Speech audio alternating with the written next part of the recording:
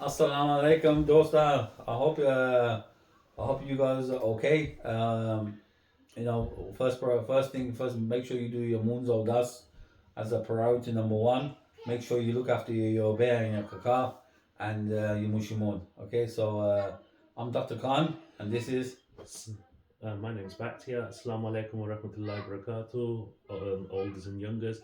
Obviously, this podcast is something which me and Dr. Khan have our discussions about, and we'll be covering various topics throughout the time. So if you like what you see, please follow, like, and share. And subscribe. subscribe, obviously. So when you do the like, follow, share, subscribe, get the full quartet in kind of thing. After you've got the full quartet in, it will either be something which will be very informative for you, or it'll be, you know what, this is entertainment and this is 20 minutes of middle aged men rabbiting on about something that I can't relate to. So it's going to go one way or the other, but we aim to provide you with an insight into what the late 40s and early 50s year olds think and how they are. Can the younger generation relate to it? Do they think we are in the right place? Do they think we're dinosaurs? What do they actually think of us as humans, and what do they actually think of us as so-called middle age? Because All if you that. refer to yourself as an older, it means that Yeah. you've kind of missed the boat. If you go for the middle of the line, you've got half a chance, I I think. want to say one thing there. You mentioned dinosaurs. If you were a dinosaur, what would you be? What would I be? I think I would have to be Triceratops. I just like eating, doing absolutely nothing. I agree. Everybody. I agree. Yeah, and this is our T Rex. The T Rex. Mess with me, you mess with the family. Anyway, No, I think I'll turn you into Stegosaurus. take us a Brachiosaurus. Yeah. I got a big neck. Let's not go there. But anyway, do you want to start off today's Okay. topic? Today's topic, basically, I'd be looking to discuss would be the issues that are faced by various generations and the integration. Obviously, with the Pashtun community and predominantly the Salikhana Kotli Kalan elders, early 60s basically is when the first lot came in basically, and that generation which arrived, they had a element of difficulty which was going on at that time, in the sense that they're in a new country, it's foreign to them, it's a new way of working. There was basically, you were post Second World War, which obviously the country was in upheaval, so the UK obviously needed help in rebuilding. What got them to that stage, and let's not discuss the work ethic of the British, but that will be a conversation somewhere further down the line. So when our forefathers arrived in the UK and the struggles they had and what their thinking and their mentality was, and how that evolution has occurred and where it's actually led to, and where we currently are, and what each generation went through. Because our forefathers, when they arrived in the 60s, from what I'm told with conversations that I've had with my father and other elders in the actual community itself, in effect, it was the males which came, they shared a house, they were living 10, 15 in a house kind of thing. They were doing something called hot bedding, whereby somebody worked the night shift. When he woke up in the morning to do his day shift, the person which had worked the night shift jumped Yeah, into a that lot of same. male bonding. No, it wasn't. No, it wasn't. And yeah, well, I wasn't there, so, but more so, they were there to work and they needed to sleep because they were here as Economic migrants. no, they were. I refuse to take that term.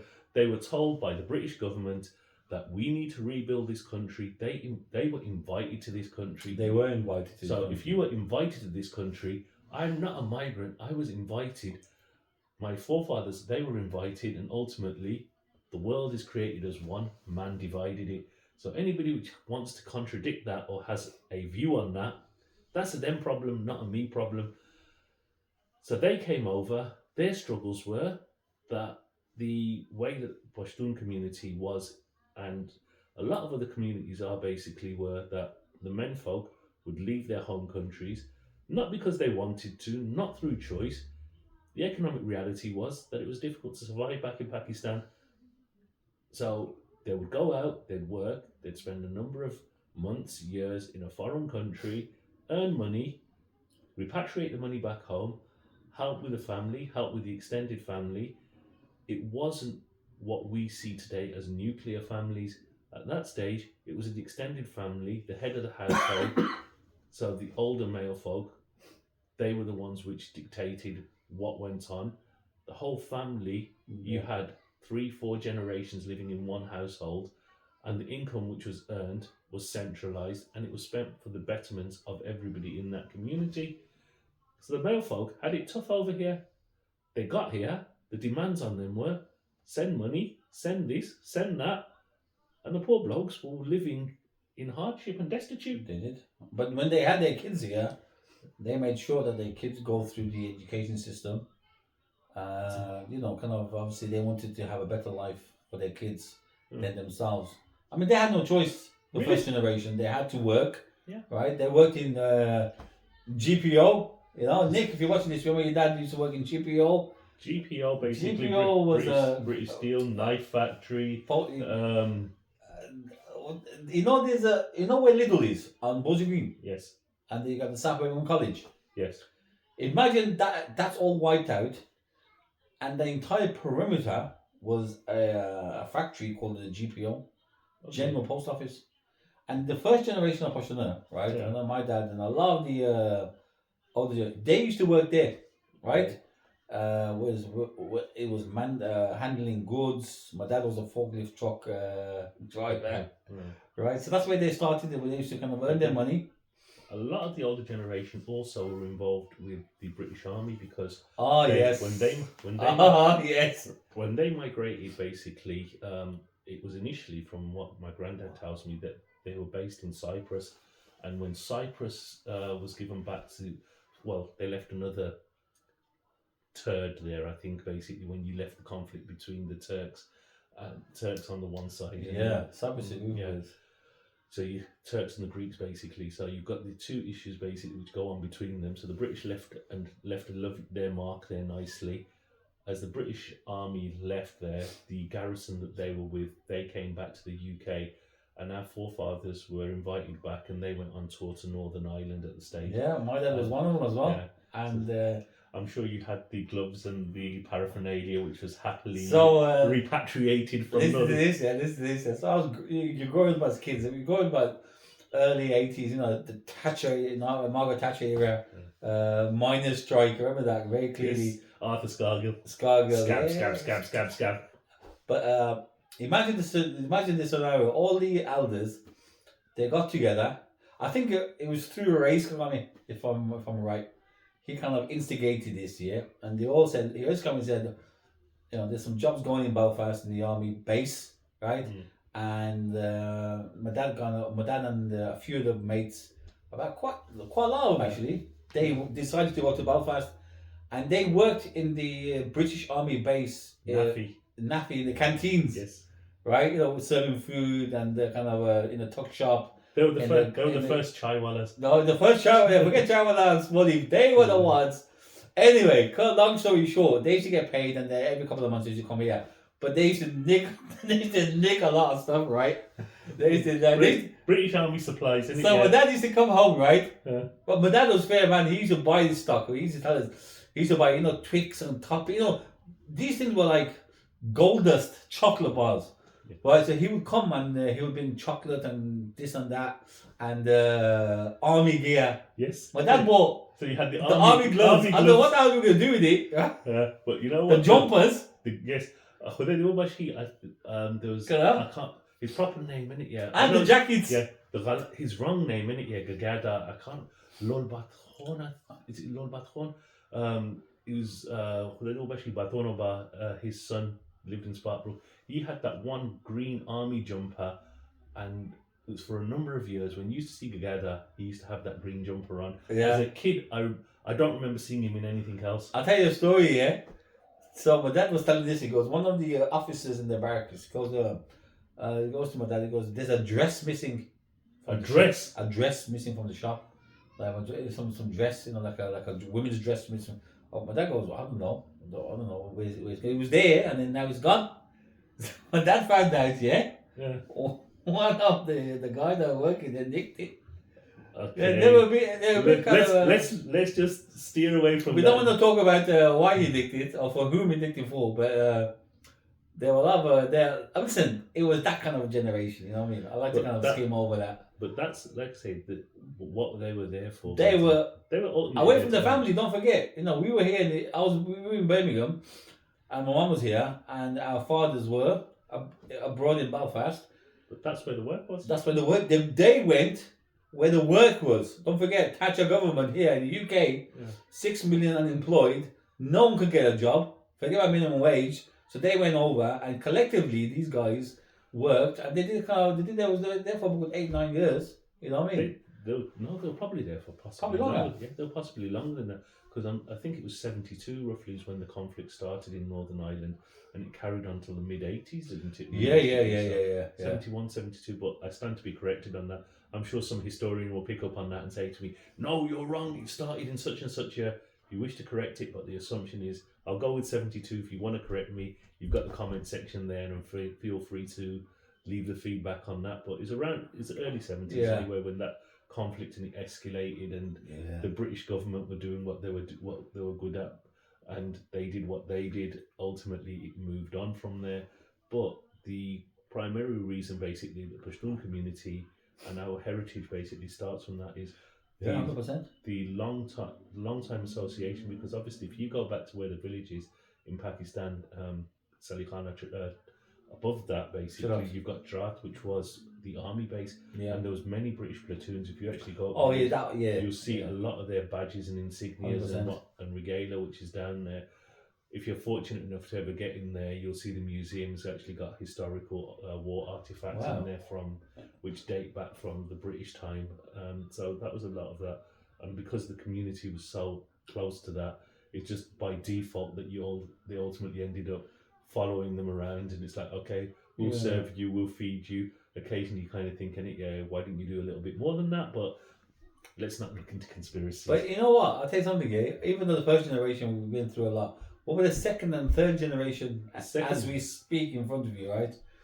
You know, things are challenging. You Okay, know, the second generation, basically, obviously, you've got our forefathers like your father. He was in Northern Ireland. He worked there, so he was here from about the 60s. My dad and granddad, they're Bashi. He came in 66 to England, didn't he? And Yeah, I think if I remember right, with what my dad saying, he did a very short stint in Northern Ireland, but subsequent to that, those which actually extended it, it was that generation, our forefathers, which laid the roots and laid the foundations. And how was that built on? And that is the transitions which have happened post that, which have led us to being where we are now currently. You know what it is, Becky? I'll be honest with you, right?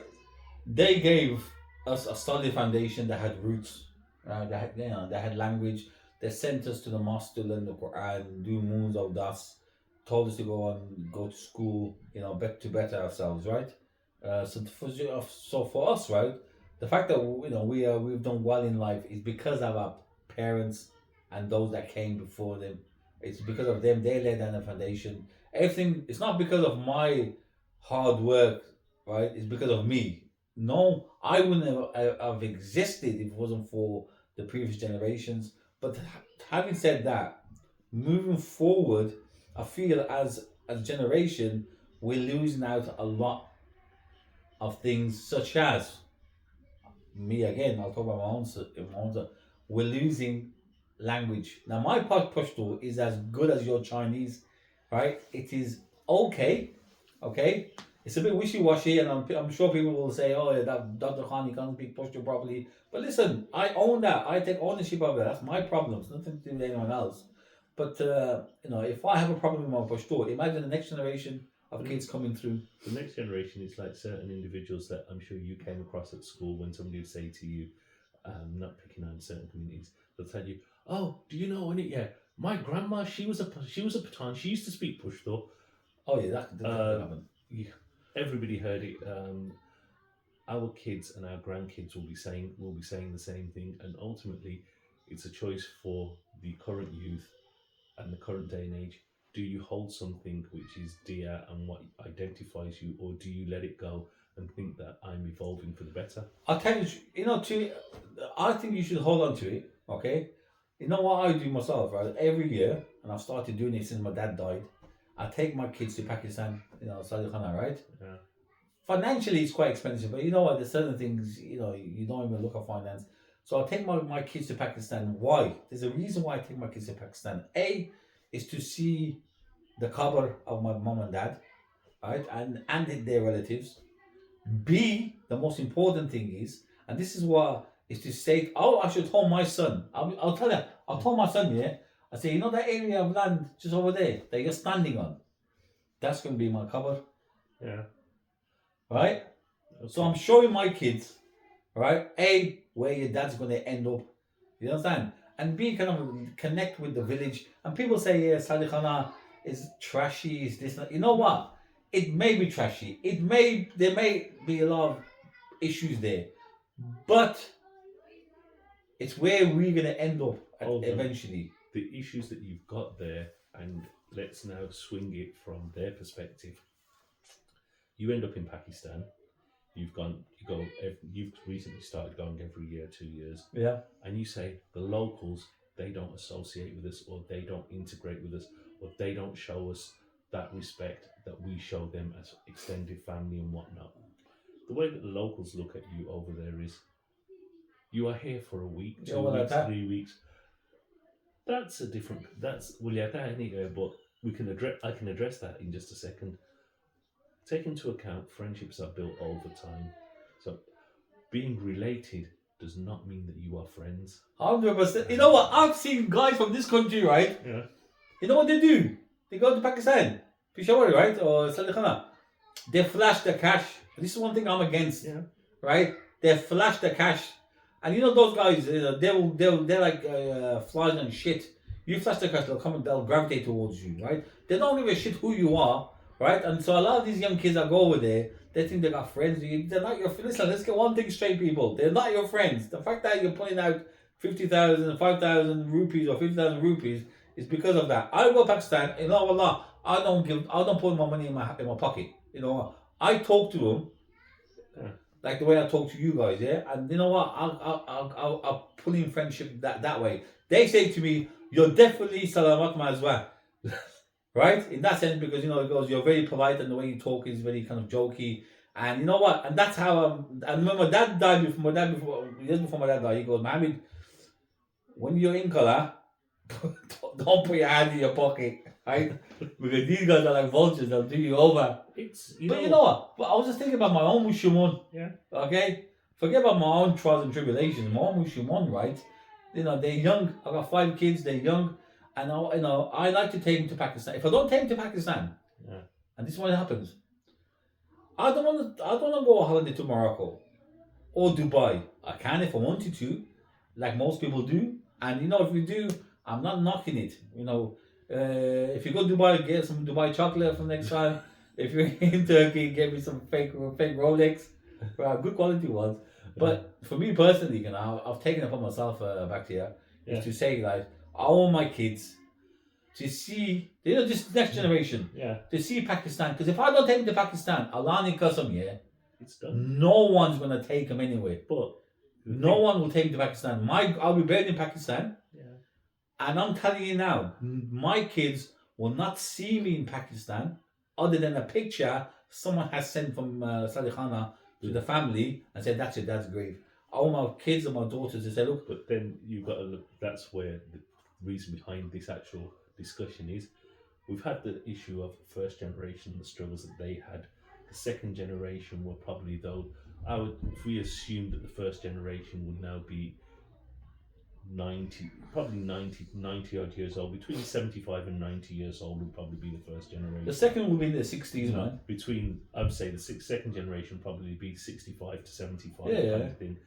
That generation would be my father, basically. Your dad was slightly older. Your dad was slightly older than that. So my dad, he's 74, and may Allah give him a long life. Now, that's probably the second generation. They were the ones which probably had it tougher than what your dad did, because when the first lot which come over here, they started from scratch. Yeah, they started from scratch.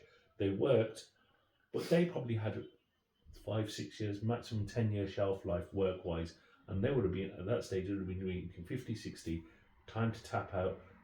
the prime concern was at that stage from speaking to the elders was earn enough money, build a house.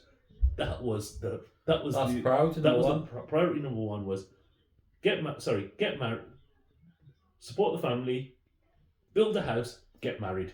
Yeah. And once you built a house, your life task was fulfilled. Kids, they were dragged up by anybody and everybody. 100%. Yeah. But that was probably the second generation. That was their struggle, wasn't it? It was build a house, build a house, build a house. And that generation, when they looked at them, it was what was his name? Suratha Aylesbury. He was the first person which actually that I know of which bought a house was a chap in Aylesbury. This gentleman which bought a house in Aylesbury, the whole community ostracised him, telling him, "Oh, the British are going to kick us out. They're going to send us. They're going to send us packing. You're not going to be here for long enough." He bought the house. He was probably one of the He had pioneers. foresight. Yeah, he had that foresight, and this was probably early 70s. Yeah. As people transitioned from there, that was probably the second generation. But there was at that stage there was a very, very strong bond between. Daddy. Yeah. No. There was a very strong bond. It was at that stage it was pretty much an unbreakable bond between Pakistan and England. Yeah. So that bond itself, which existed, was still there. And yet, when he bought that house over there, they ostracised him. Probably in the next 10 years or so, everyone kind of jumped on it and said, Yeah. "Okay, time to buy a house." But you can relate to this, and because you've got a few years on me, the standard of living of that second generation was well within their means. I think it's probably the most politest way of putting things. So because it was well within their means, it would be save, ship to Pakistan, save, ship to Pakistan. 100%. You know what I mean? They did that. The transition then came basically, and where the problem began was the children which were born late 70s, early 80s. At that stage, mentalities began to shift. It's like we're here and we're not going back. Yet there was resistance. You know what? Yes, there was resistance, to and now that. the resistance. We're going to stop this podcast because we move on to the next one, right? It's twin part 2, yeah, where the resistance has occurred in this third generation, and that's largely based on when you're choosing your own spouse, for marriage. Where previously, as we know, our older brothers used to get married in Pakistan, right? Through hook or by crook, they went through that system. But what's happening now, that relationship with Pakistan has diminished, slowly diminishing. Let's talk more about the struggles of the actual generations, basically. We'll end this podcast. We'll delve into the generations which were born between mid-70s and late 80s. So, that 15-year thing. That should be an interesting topic. Definitely. And we'll see some fireworks, I think. So from myself, Bakhtiar, thank you for watching. Please like and share if you enjoy the content. And if you don't, that's a you problem. And it's goodbye from me. And it's goodbye from Me.